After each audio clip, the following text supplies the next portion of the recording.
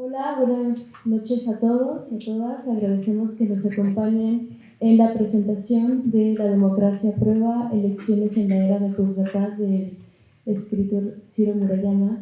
Y vamos a dar comienzo a la presentación con unas palabras de Fernando Escalante Gonzalo.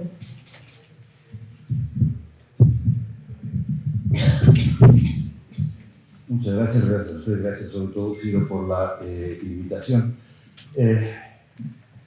Como siempre se dice, voy a ser breve, no sé si voy a ser breve, no, la verdad. Hay muchos motivos para elogiar el libro de Ciro Murayama. Lo conocen ustedes, algunos lo habrán leído, es un libro inteligente, mesurado, claro, extraordinariamente bien documentado.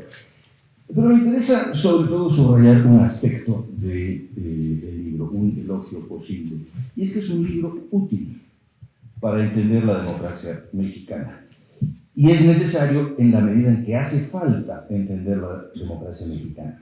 Voy a tratar de explicarlo un poco. El subtítulo inmediatamente llama la atención a mí, al menos elecciones en la época de la posverdad. Siempre estoy en la idea de que la posverdad es lo que antes llamábamos mentira, y era bastante claro. Algo ha cambiado, sin embargo, en eso que llamamos posverdad.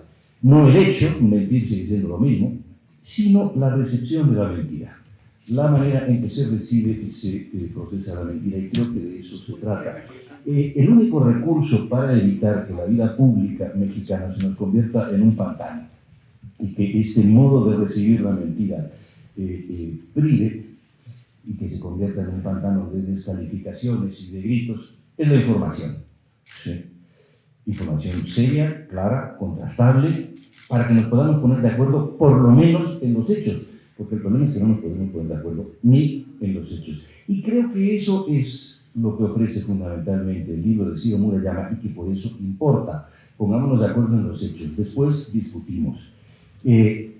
Ciro expone, explica, documenta la complejidad de los procesos democráticos. En México y en cualquier otra parte, se ocupa de México, porque nada es obvio en un proceso democrático, nada es simple, nada viene dado, y sobre todo nada se puede dar por descontado.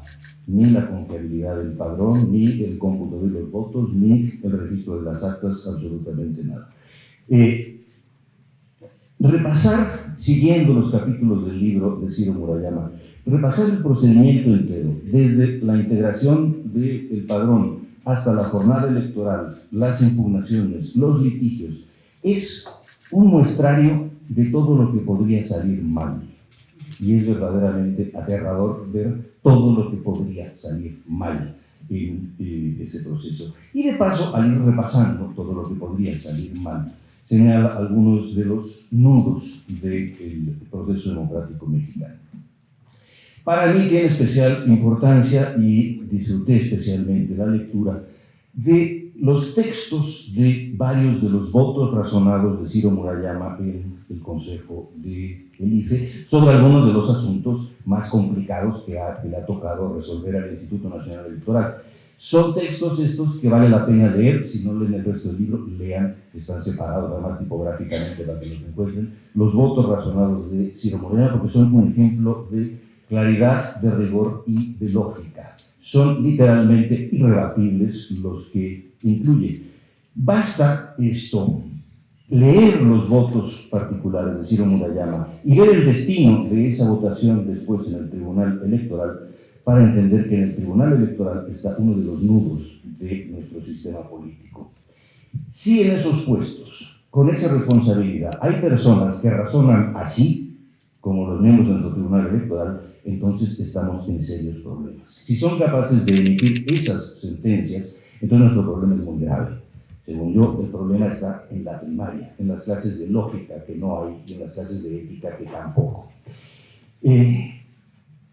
Pero explicando el conjunto del proceso, dice Ciro Murayama, literalmente, que a partir de cierto momento, lo cito, la manzana de la discordia en materia de credibilidad electoral se trasladó de los asuntos procedimentales, padrón, sufragio, resultados, a la denuncia de uso excesivo de dinero en las campañas políticas, y etc.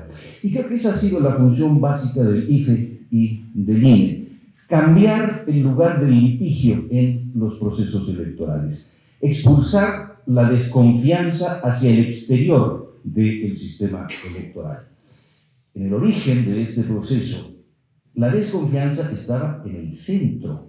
Quiénes votaban, cuántos votos, cómo se contaban los votos, era el corazón del proceso. La tarea del IFE, ahora del INE, ha sido eliminar la desconfianza, primero con respecto al día de la elección, la identificación de los electores, el padrón, la credencial, los funcionarios, para, insisto, irlo expulsando hacia el exterior, las campañas, el financiamiento de las campañas, los medios, de modo que el sistema electoral se convirtiese en un mecanismo que pudiese operar de modo prácticamente autorreferencial fuera de la política y que fuese un mecanismo técnico, de modo que no fuese discutible el procedimiento electoral mismo, aunque se pudiese discutir todo lo que está alrededor. Ese fue el éxito, expulsar la desconfianza hacia el exterior. Y en eso el IFE, el INE, ha sido sumamente eficaz, con un costo financiero y burocrático muy alto, pero que los resultados justifican. El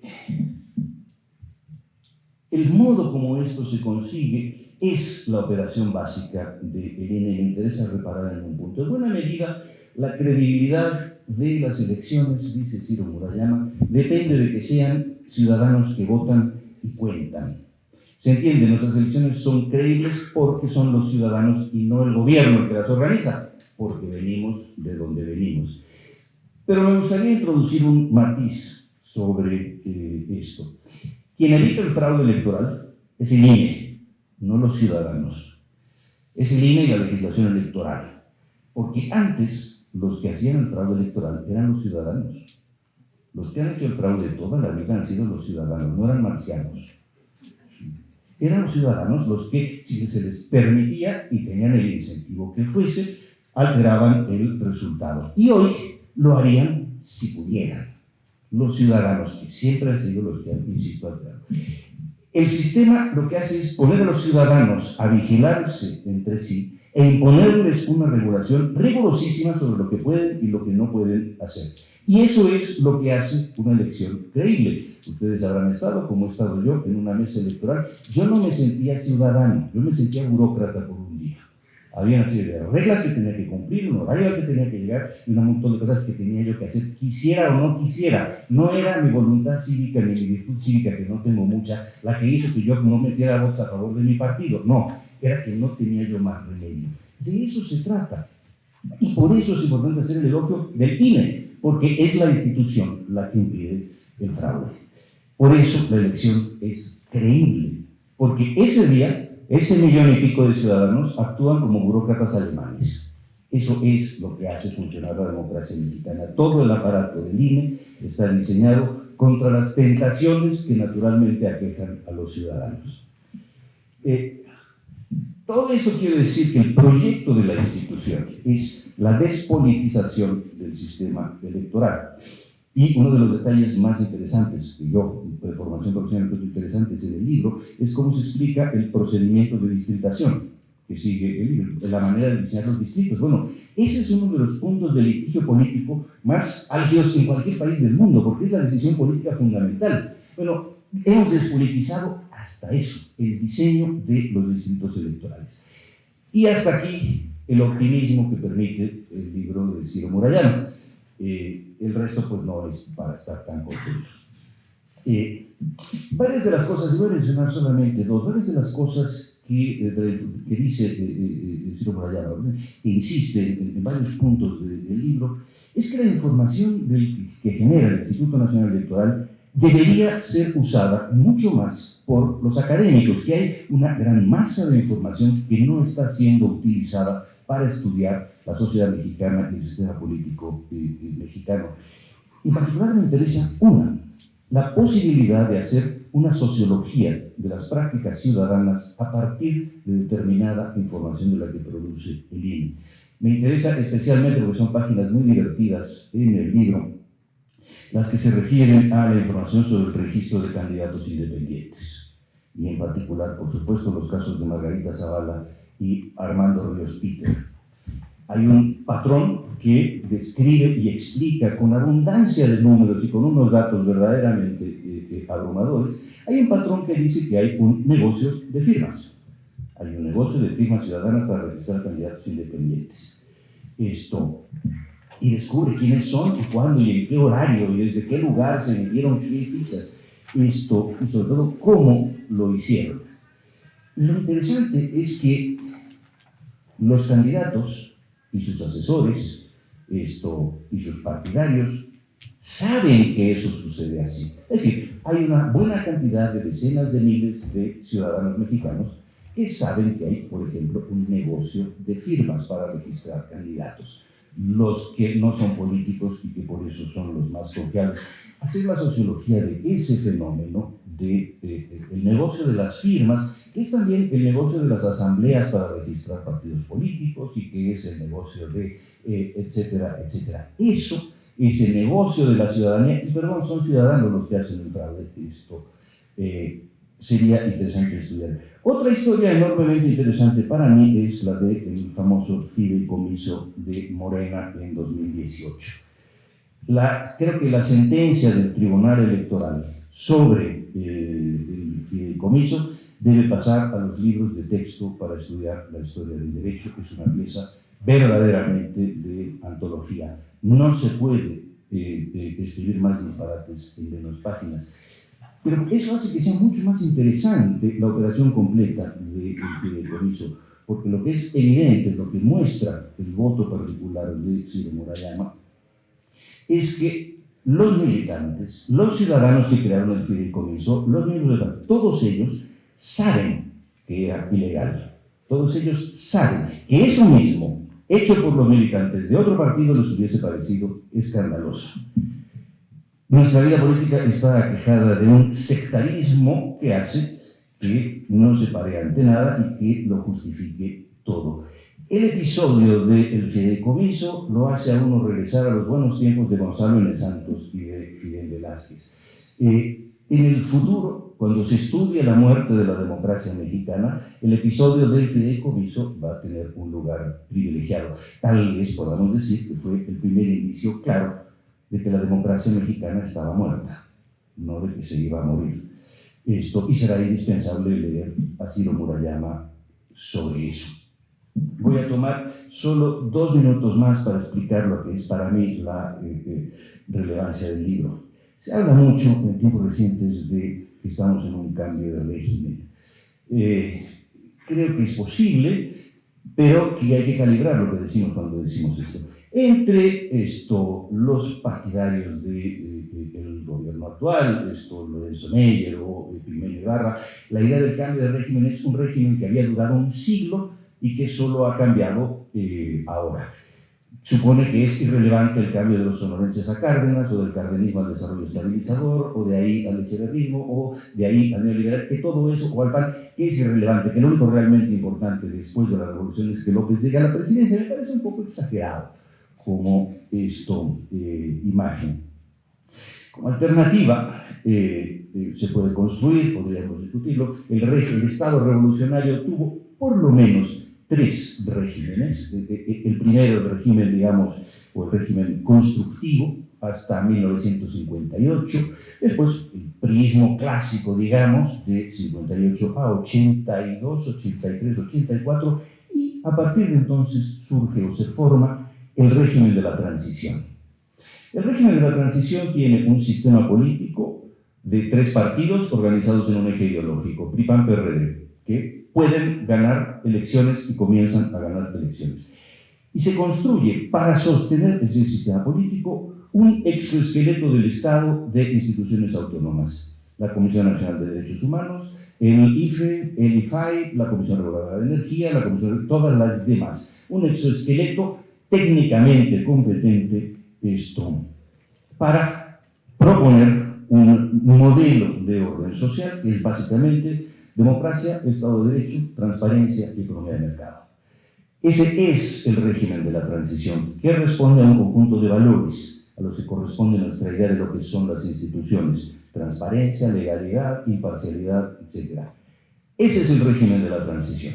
el exoesqueleto del Estado, un sistema político con alternancia y 3 partidos políticos: democracia, Estado de Derecho, transparencia, economía de mercado.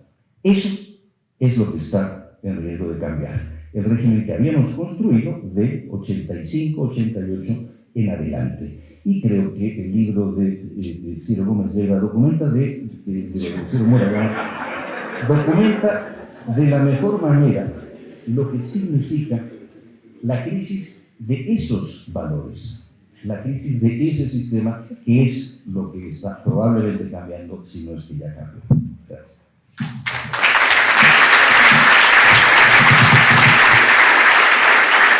Agradecemos las palabras de Fernando Escalante González, sociólogo y profesor del Centro de Estudios Internacionales en el Colegio de México, y vamos a continuar con la participación de Sergio López Ayllón, director general de CIDE y profesor investigador de la División de Estudios Jurídicos y también miembro del Sistema Nacional de Investigadores. Gracias, buenas noches a todos ustedes, gracias por acompañarnos, gracias Ciro por la invitación a presentar, pues sobre todo la invitación a leer el libro que como presentador pues hay que hacer. La verdad fue un libro que disfruté mucho, que me enseñó mucho y que creo que representa un ejercicio indispensable en estos tiempos complejos que vivimos, donde el discurso y la práctica política global, no solo nacional, ponen en entredicho algunas de las ideas que dábamos por sentadas sobre la representación, las instituciones, la democracia, y que ahora se ven amenazadas, comillas, por múltiples desafíos, una de cuyas expresiones es lo que llamamos el populismo contemporáneo, término fácil de usar, pero que esconde una enorme complejidad y que nos obliga a pensarlo continuamente. El libro de Ciro avanza varias tesis que creo que vale la pena destacar. Primera, que los resultados electorales de 2018 no fueron el inicio, sino el resultado de un largo proceso de democratización que se inició en 1968, pero se construía hasta 76 y mucho más, y que permitió desde el final del siglo XX las alternancias en el poder en las coordenadas que ya explicó Fernando. Ciro afirma, cito, fue la preexistencia de normas e instituciones electorales democráticas la que permitió el resultado electoral y no al revés. Y añade más adelante que la democracia es, cito, una amplia construcción social colectiva, no resultados electorales específicos. Segunda tesis, que la construcción de este entramado democrático no fue solo electoral, sino que comprendió la ampliación de derechos y libertades básicas y que hizo efectiva la división de poderes. En algún sentido, hizo que México tuviera finalmente una constitución en el sentido tradicional clásico, como establece el artículo 16 de la Declaración Francesa de los Derechos del Hombre y del Ciudadano, que dice que un país que no tenga garantizados los derechos y división de poderes no tiene una constitución. Bueno, al final tuvimos una constitución de esta naturaleza. Tercero, que sin embargo, la conquista de la agenda democratizadora fue eclipsada por la persistencia de la pobreza, la desigualdad, la inseguridad, el hartazgo anímico y yo añadiría la corrupción de una cultura política que mayormente no cambió. Y la cuarta tesis que revela la paradoja. Cuando al final alcanzamos algo parecido a un Estado democrático, la fragilidad de la democracia nos avasalló como un tsunami, no solo como un fenómeno nacional, sino global. Hago notar que la geografía de los avatares democráticos abarca una buena parte de los países del mundo occidental. Y bien, en esta lógica, lo que Ciro, siguiendo el pensamiento de Carlos Pereira, dice es que, cito, no hay atajos legítimos a la búsqueda de la equidad social que prescinda de las libertades y derechos que son inherentes a un sistema político democrático. Fin de la cita. Aquí creo que está uno de los corazones del argumento de Ciro. No hay atajo y no nos vayamos a equivocar pensando que es que la justificación de la eliminación de la pobreza es lo que justifica la pérdida de los derechos y el ejercicio de las libertades. Y justo por ello, por esta razón, tenemos más que nunca que avanzar en el debate que nos ayude a tener, como propone Ciro, una idea mínimamente compartida de qué es la democracia y que obviamente va mucho más allá de los resultados electorales. Y cuando Ciro afirma esto, lo que nos está diciendo también es que usamos con gran alegría el concepto de democracia, pero no tenemos o no hemos interiorizado una concepción democrática básica que nos lleve a compartir un conjunto de valores. Y creo que el comportamiento de los partidos políticos repetidamente es una prueba de que, aunque se decían democráticos, su práctica política se alejaba mucho de estos valores. Bien, y acabo con una idea, bueno, no acabo, sino trazo una idea, que lo que dice Ciro en otras palabras, y ya lo dijo también Fernando, es que son las instituciones las que, aún en tiempos de desconfianza, nos van a permitir construir las condiciones básicas, el soporte, el cimiento de la democracia. Fue porque fuimos capaces de construir, a pesar de los muchos pesares, un sistema electoral robusto que buscaba y garantizaba el respeto al voto y la equidad en la contienda, lo que permitió las alternancias. Y que es justamente por esa razón ahora que ese sistema está bajo cuestionamiento y ataque, que tenemos que defenderlo como una de las condiciones necesarias para evitar una deriva autoritaria, en particular en un contexto donde inseguridad y bajo crecimiento son la nota cotidiana. Y hay en el libro de Ciro y de sus colaboradores una argumentación, una defensa meticulosa, detallada, documentada, argumentada de cada una de las piezas de ese complejo sistema electoral que sin duda es perfectible, pero que hoy constituye el baluarte de una democracia posible. Aquí entro ya en la sustancia del libro. Déjenme usar esta imagen. El sistema electoral es un diamante con muchas caras, algunas pulidas, brillantes, que reflejan luz, otras brutas, en bruto, opacas, que no reflejan la luz.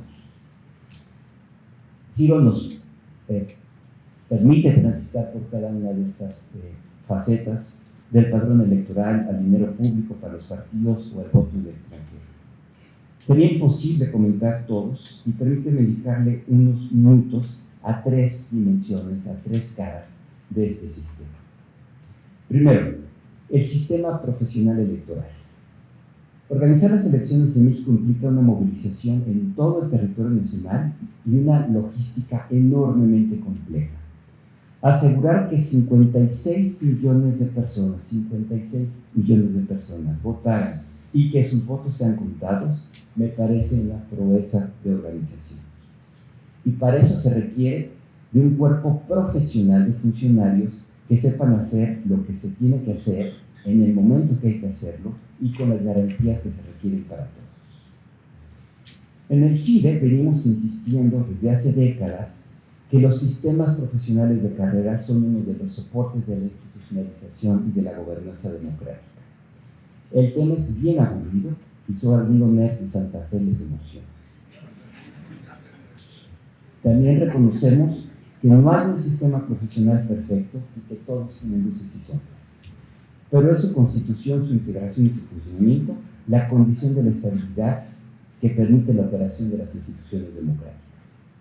El IFE lo hizo muy bien, lo hizo desde 92 y sobre todo el INE, ya cuando cambió, mantuvo el ritmo de este servicio profesional. Este sistema está integrado, lo saben ustedes, por funcionarios de carrera que han llegado a sus cargos por concursos de oposición y que son capacitados permanentemente. Es gracias a esos funcionarios que la proeza de las elecciones sucede. Y es por eso que preocupa que las nuevas condiciones expuestas desde el exterior de la institución, particularmente las ideas de austeridad y de altos salarios, pongan en riesgo algunas de las condiciones que permitieron que ese servicio electoral profesional existiera y que sobre todo se mantuviera. Creo que el es uno de los pocos ejemplos de una línea de servicio profesional que se mantiene. Hay muchas instituciones, no las quiero mencionar, en las que lo iniciaron y después se desmanteló por razones políticas. Segunda dimensión que me gustaría destacar, el padrón electoral y la credencial para votar. Toda elección confiable pasa por tener un padrón electoral confiable, pero hacerlo es otra proeza institucional. Ciro registra más de 89 millones de registros vivos, con domicilio, fotografía y ahora huellas digitales. Quizás, como dice Ciro y sus colegas, la clave de confiabilidad del padrón electoral es la transparencia, claridad y simplicidad de los procedimientos. Cierto, pero hay otro elemento, la confianza. Este es uno de los pocos ejemplos que tenemos en que el ciudadano confía. Y es esta confianza la que ha permitido la inscripción personal en el padrón y su representación física en la credencial del elector, que ha permitido que permite materializar el ejercicio del derecho del voto, pero que además genera utilidad social. Me explico. Ante la falta de una cédula nacional de identidad, justamente por desconfianza, porque nadie debe entregar sus datos a la Secretaría de Gobernación, la credencial del elector se ha convertido en el documento más utilizado para acreditar la identidad cotidianamente. Entonces, la credencial le sirve a las personas y por ello es apreciada.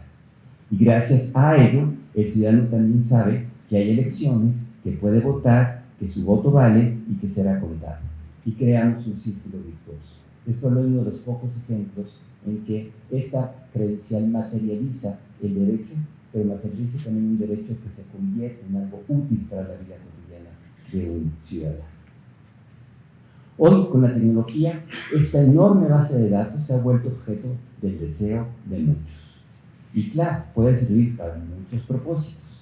La pregunta es si existen las condiciones institucionales para darle otros usos sin poner en riesgo la confiabilidad y la guarda de esa información. Tercer tema que quiero destacar, el sistema de justicia electoral. Una de las peculiaridades de nuestro sistema electoral es su barroca arquitectura para resolver los conflictos en una arena donde el derecho y la política entran en irremediable tensión. Una primera dimensión del problema tiene que ver con la compleja, dinámica y no siempre bien hecha legislación electoral. Un sistema que modifica e incrementa continuamente su densidad normativa tiene pocas posibilidades de estabilizarse. Y en la medida que hay actores con intereses que van a utilizar los múltiples recovecos que genera la ambigüedad natural del lenguaje o la mala redacción de las normas para tratar de usarlas en su beneficio, genera un sistema que estructuralmente genera una alta litigiosidad. La segunda característica es la estructura institucional de una autoridad administrativa dotada de facultades de resolución de conflictos, pero que está doblada por una jurisdicción especializada que alcanza incluso el nivel de Tribunal Constitucional para la materia electoral. Esto genera, y aquí les doy una larga explicación de derecho comparado y análisis comparativo de tribunales, que las jurisdicciones especializadas tienden a tener muy poca deferencia a la autoridad administrativa. Ello genera un escenario muy complejo, porque los jueces, para probar su conocimiento experto o su desconocimiento experto, como diría Fernando, y consigo, tienden a modificar las decisiones de la autoridad administrativa especializada. El asunto es todavía más complejo porque la materia electoral es una arena donde derecho y política se encuentran no siempre cómodamente. Así, la racionalidad formal, jurídica del juez administrativo suele entrar en tensión con la racionalidad material, es decir, no jurídica, del juez político. Además, como las partes son partidos políticos que hacen necesariamente una lectura política y no jurídica de las decisiones, genera una profunda desazón en la manera en que operan nuestras instituciones de justicia electoral, y coincido el caso del fideicomiso de Morena, que es solamente la joya de una corona de decisiones muy desafortunadas en el tribunal electoral. Esa tensión es quizás irresoluble, pero hemos optado por esta vía, y quizás dejo aquí la reflexión. A pesar de los pesares, la existencia de esa justicia electoral y de ese tribunal, de esa sala superior, ha permitido de manera efectiva, aunque no siempre justa, que los grandes conflictos electorales se resuelvan. y por eso también hay que cuidar a ese tribunal electoral.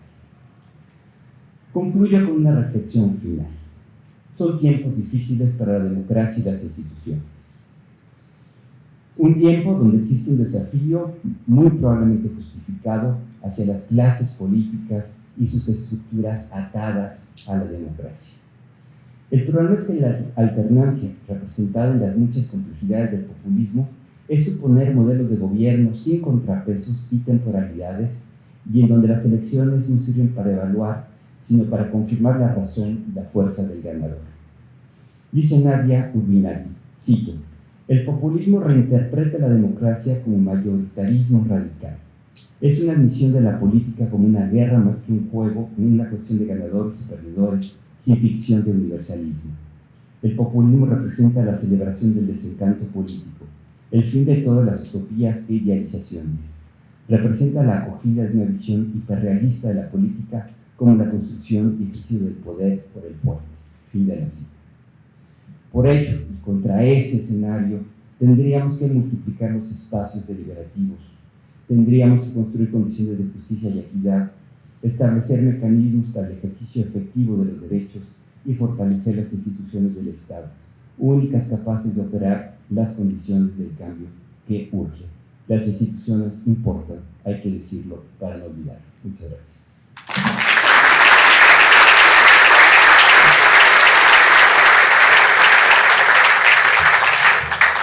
Agradecemos las palabras de Sergio López Ayllón y vamos a continuar con la participación de Gabriela Warkentin, académica, articulista y comunicadora, titular del noticiero matutino Así las Cosas en W Radio, articulista en el diario El País, profesora de la maestría en periodismo sobre políticas públicas del CIDE, conferencista nacional e internacional y estratega en comunicación. Muchas gracias. Gracias, muy buenas noches a todos. Muchas gracias, Ciro, por la invitación a comentar el libro.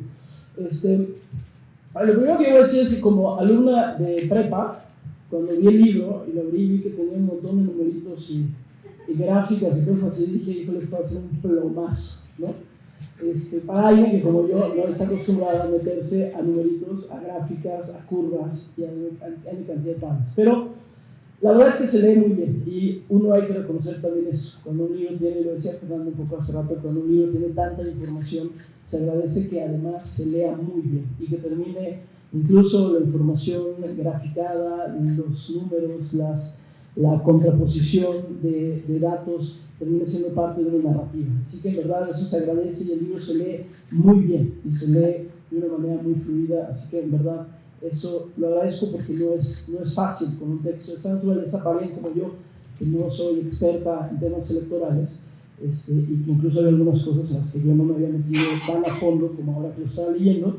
Por ejemplo, lo que ya se comentaba de la geografía electoral y demás asuntos, sean temas los que uno de pronto pasa un poco por encima. Entonces, reconozco eso en un texto que podría haber sido, en fin, mucho más complejo en su lectura. Mis dos compañeros que me antecedieron ya dijeron más o menos de qué va el libro, pues, ¿no? Ahí está, me parece que está muy bien planteado, digamos, los diferentes puntos. Uno cuando termina de leer el libro, pues te cae como peso encima lo compleja que es el proceso electoral en nuestro país. La verdad, ya sé que todos decimos, es que el padrón es de tantos millones, es que los que votan son tantos, es que hay tantos funcionarios de casilla, sí. Pero cuando ya lo ves en este recuento muy puntual, en donde hay detalles incluso como tener que mandar a un funcionario a Cuba para recoger los 10 votos, porque no había manera de que esos votos llegaran de otra manera a México, hasta ese tipo de detalles, te das cuenta de la dimensión que tiene el proceso electoral. Y es muy rico además la comparativa en términos de, por ejemplo, cosas como la participación de los ciudadanos como funcionarios de casilla. Ahí hay datos que ya les hemos comentado en otros momentos, pero que vale la pena de repente resaltar es qué sector de la población participa más y qué sector participa menos, cómo incluso los sectores, digamos, de niveles socioeconómicos más altos participan menos, que es una obviedad, pero los números aquí están. Datos como esos que te dan una imagen también un poco de la calidad de la entrega hacia los procesos electorales, me parece que está muy bien planteado aquí. Así que no voy a meter mucho más en los capítulos, porque me parece que tanto Sergio como Fernando ya lo hicieron lo hicieron muy bien. Y me quedo con algo, Ciro, que me quedé pensando mucho después de leer el libro, y es el subtítulo del mismo. Ya decía Fernando, es muy atractivo el subtítulo, porque dice Lecciones en la era de la posverdad. Y leyendo el libro,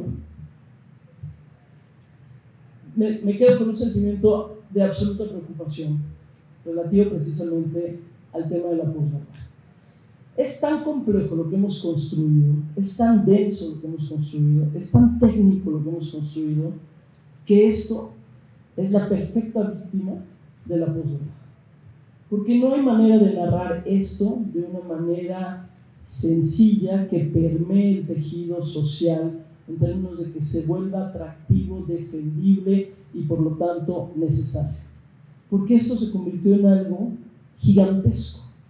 Y la posverdad precisamente lo que hace, lo que busca, y estoy con Fernando que dice, bueno, la mentira siempre ha estado, pero al final hoy hay estrategias, y estrategias bien diseñadas, y estrategias muy peligrosas y muy preocupantes del imperio de la posverdad, que lo que busca es simplificar el mensaje de la mentira, de la negación, no sé qué, frente al cual esta densidad de procesos no tiene manera de afirmarse. Decía Sergio ahorita, terminando, decía, las instituciones importan y hay que decirlo. Sí, nos importan posiblemente a los que estamos aquí y a otro segmento más, y tal vez a algunos otros más. Pero ¿cómo hacer que todo esto que está aquí sobreviva en la era de la posverdad? Y yo me quedé con un sentimiento muy pesimista.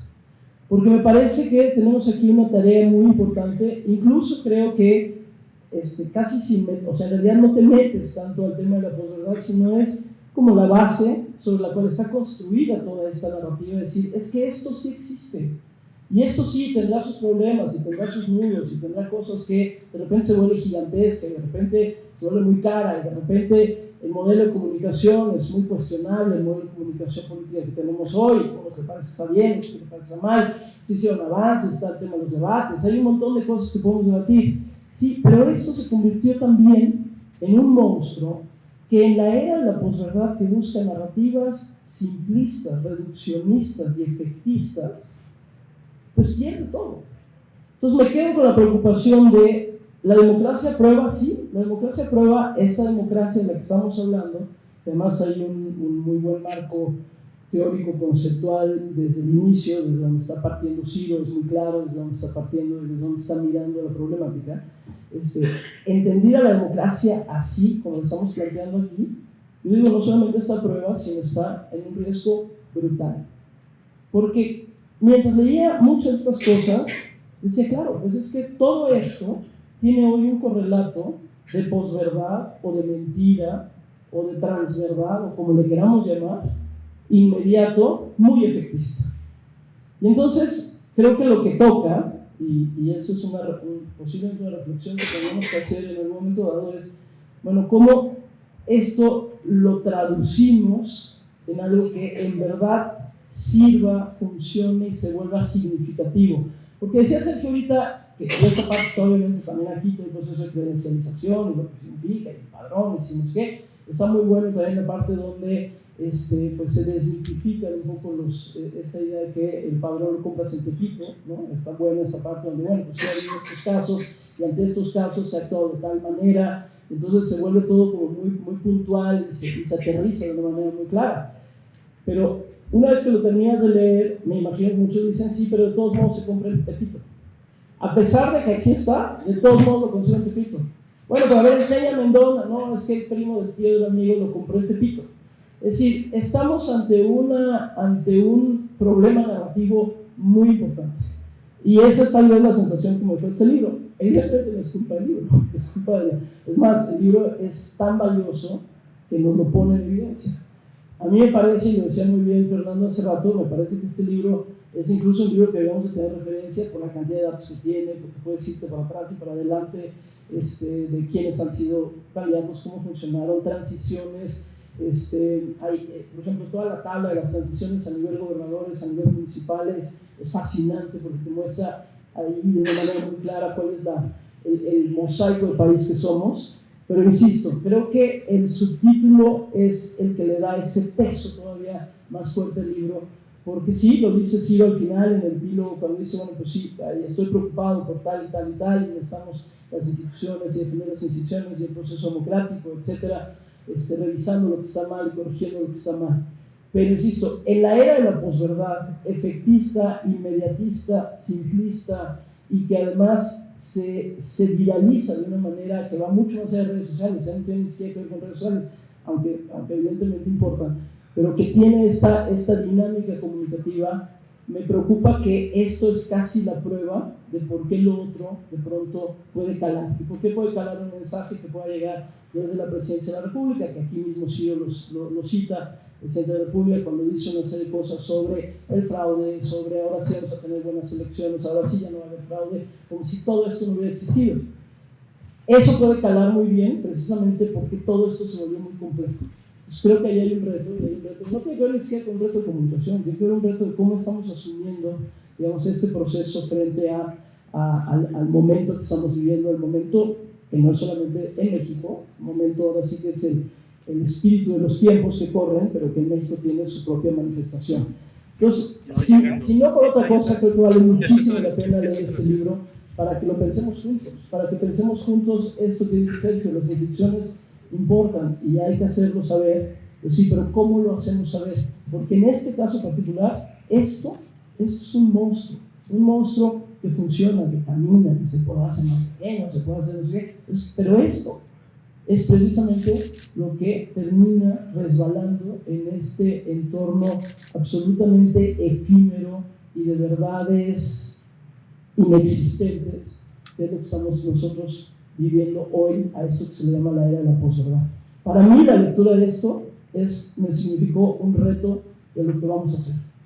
Y si no por otra cosa, gracias Ciro por el libro. Muchas gracias.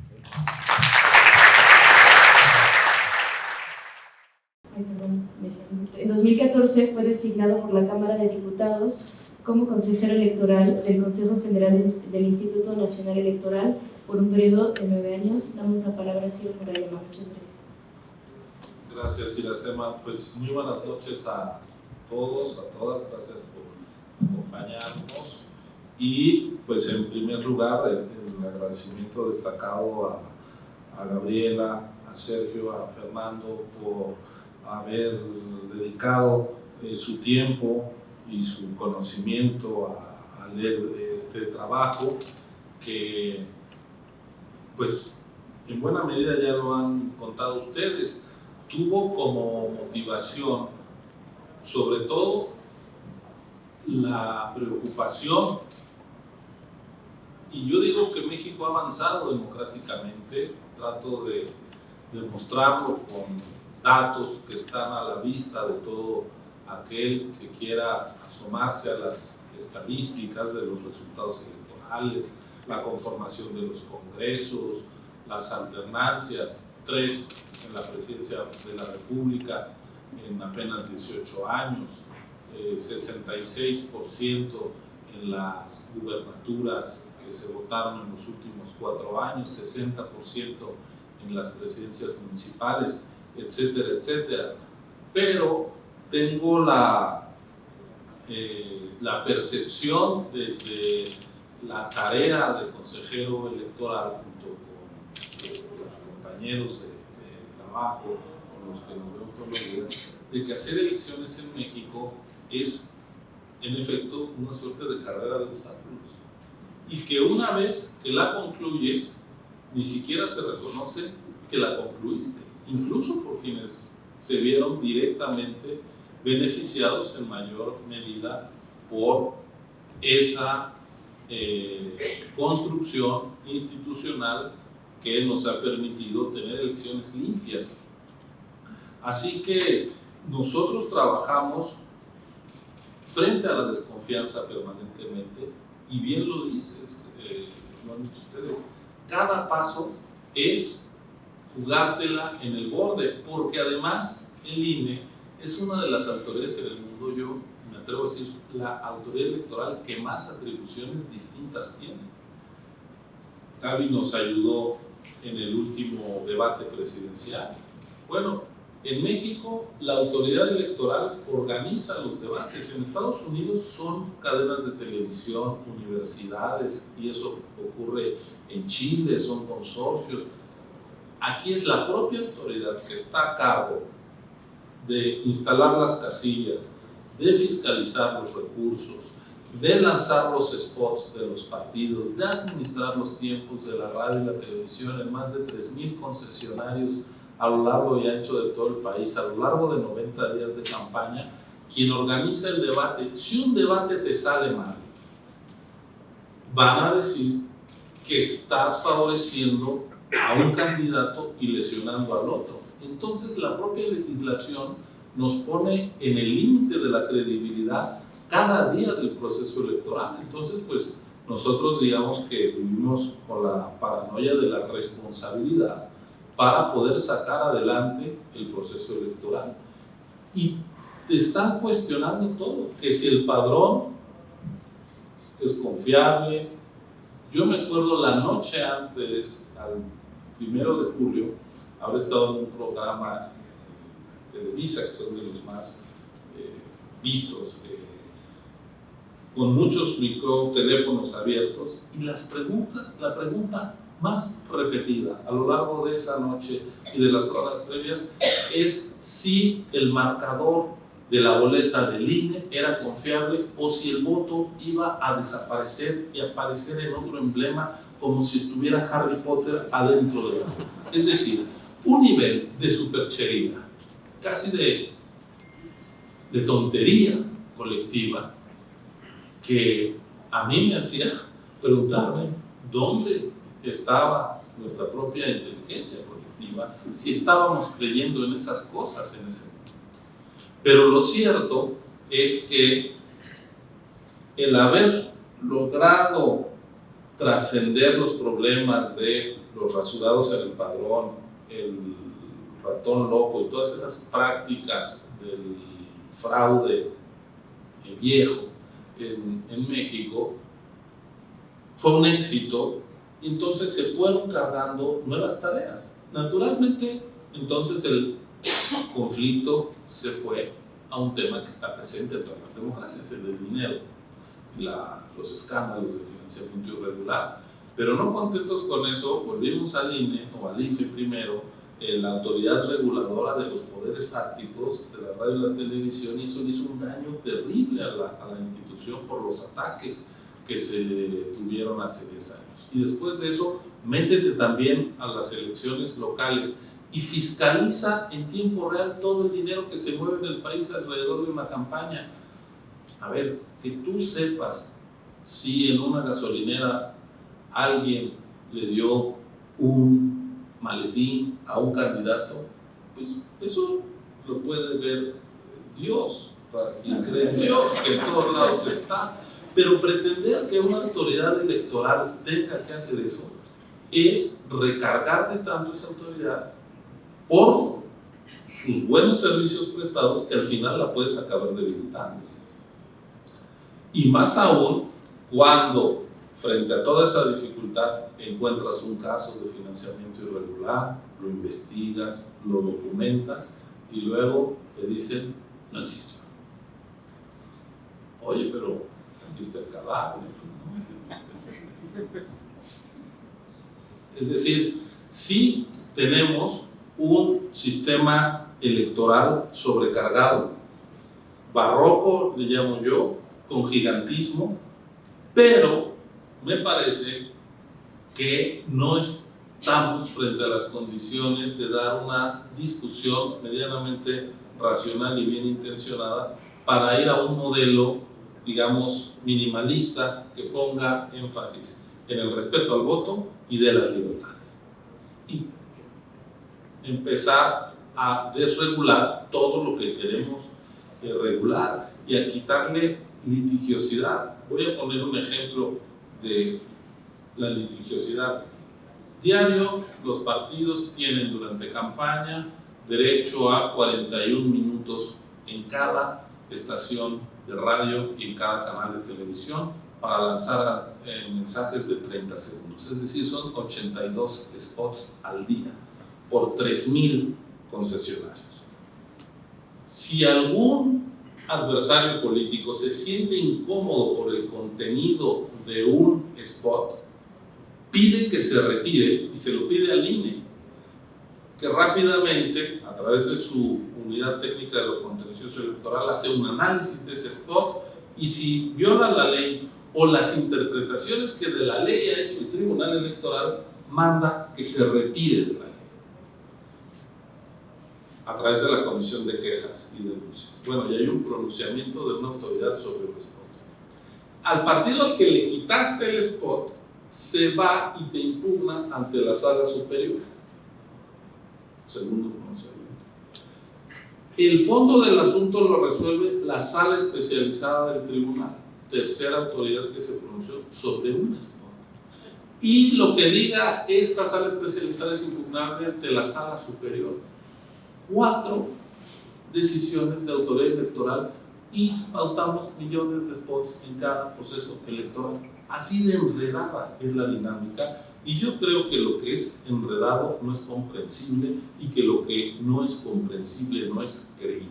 Es decir, empezamos en los años 80, 90, primeros 90, construyendo una serie de candados para garantizar el respeto al voto. Nos seguimos poniendo tantos candados que es el armatoste de candados lo que se ha vuelto fuente de desconfianza, porque tienes que ser experto en esto para entenderlo. Y eso, pues yo creo que aleja de la ciudadanía. Ese es un problema, digamos, endógeno del modelo electoral que tenemos. Pero insisto, hay la disposición de corregir esos excesos. Yo creo que no, más bien hay la disposición de negar los profundos cambios políticos que ese sistema, con todo su barroquismo, ha hecho posible. Y lo que tenemos como resultado de este proceso es que quizá sea el único tema de la agenda nacional en el que estemos significativamente mejor que hace 30 años. Es decir, la economía no ha crecido desde 30 años. Los indicadores de resultados educativos, de salud, en fin, no mejoran. Se ha deteriorado gravísimamente, lo empezó a documentar Fernando hace una década, la seguridad. Pero si en algo sí somos el día frente a la noche, es en respeto al voto y en transparencia de nuestros procesos electorales. Hay más de 20,000 cargos electos en el país y no hay un solo representante popular, un solo gobernante que no haya salido del voto libre y secreto de la ciudadanía. Eso se dice muy rápido, pero es una excentricidad histórica, porque es la primera vez que tenemos 20 años en que hacemos eso, en que tenemos gobiernos realmente emanados de procesos democráticos y no de imposiciones o azonadas violentas en los 200 años que está por cumplir el país de vida independiente. Es decir, es el último décimo de nuestra historia en el que hemos conseguido esto. Esto quiere decir que, como bien decía Fernando, pues el estado natural de la ciudadanía mexicana no es el apego a la ley y a los procedimientos democráticos para renovar su poder político. Y precisamente por eso es por la fragilidad de esta construcción social es que está en riesgo. Y está en riesgo en un medio ambiente internacional de acoso a las democracias.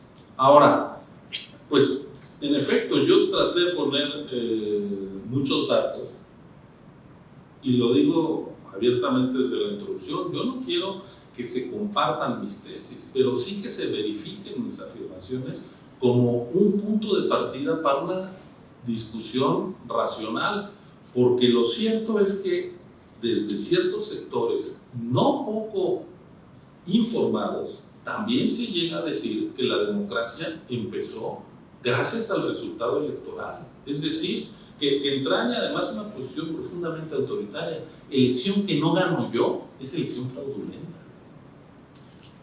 Eso quiere decir. Es decir, que aquello que hace 20 años vino a decir Felipe González, que es indispensable la aceptación de la derrota como parte de la cultura democrática, no ha calado en buena parte de nuestros actores políticos. Y hay sectores de estos que dicen que, dada la contundencia del triunfo del presidente, pues tuvimos que reconocerlo, pero que en realidad lo que se estaba operando era un fraude electoral. Y eso es una mentira de cabo a rabo, y es lo que yo trato de documentar. Lo dicen académicos, que en vez de hacer honor a su misión de estudiar la realidad y de complexarla, alinean sus dichos a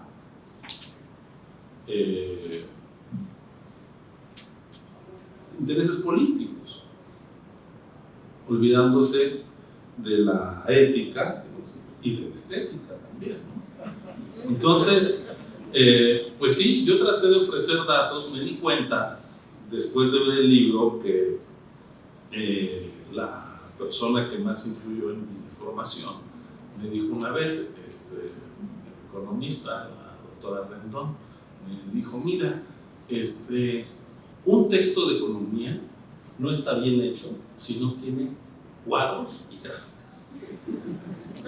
Entonces, puro chorro. Tienes que tener datos duros a partir de los que se hace tu análisis. Y me di cuenta, pues, que eso contagió mi análisis incluso de los debates donde medimos cuántas interacciones hubo entre los candidatos, en fin. Porque sí, se trata de combatir la posverdad, y creo que lo tenemos muy complicado, pero justamente es mi pesimismo y mi falta de optimismo lo que me llevó a escribir este libro. Hay mucho que podemos perder. Y yo estoy muy agradecido además con mis colaboradores, con quienes escribí los ensayos. Cada quien se ha especializado en distintas cosas. Hay quien sigue trabajando conmigo, hay quien no. Aquí están algunos: Sara Munayer, Gonzalo Olivares, Elena Cruz, Fernando Arruti, Bárbara Torres, Rosa Gómez, Ángeles Plasencia, Maribel Martínez. Pues ellos hicimos pues unos ejercicios de discusión permanente, y por supuesto que el libro en buena medida es un homenaje a quienes hacen posible que ese elefante tan complicado pues tenga cierta agilidad y se mueva y nos dé buenas elecciones una y otra vez. Son los miembros del Servicio Profesional Electoral. Aquí hay algunos de ellos. Les agradezco mucho que hayan venido, a mis compañeros, los que integran la Junta General, que tienen distintos cargos en el INE, a Lorenzo, por supuesto, que le decía, pues este libro no lo escribimos juntos, no lo redactamos juntos, aunque parte de esto lo escribimos juntos como actores. La otra vez sí escribimos un libro juntos, el de Elecciones, Dinero y Corrupción, que tenía una gran ventaja, que es que todos los errores le podías echar la culpa al coautor. Ya mutuamente era lo que hacíamos. Ahora no lo podré hacer. Y bueno, pues de verdad que es un libro que sale no del conformismo, no de echar las campanas al vuelo, decir ya llegamos a la democracia. Nos ha costado mucho, pero está en riesgo. Y pues desde la preocupación, pero también desde la satisfacción de contar con estos espléndidos comentaristas, gente que yo leo mucho y de la que he aprendido, pues es para mí un honor profesional y personal que ustedes hayan aceptado comentar el libro. Muchas gracias, por supuesto, a Cali Arena, que una vez más se vuelve en la casa donde publico un libro. Y como dice Daniel Camacho, pues a los amigos se les suele conocer en la cárcel, en el hospital y en las presentaciones del libro. Qué bueno que fue la presentación del libro, pero no ir a los otros lugares pronto y pues la editorial invita a mezcal y vino. Vamos a brindar. Muchas gracias.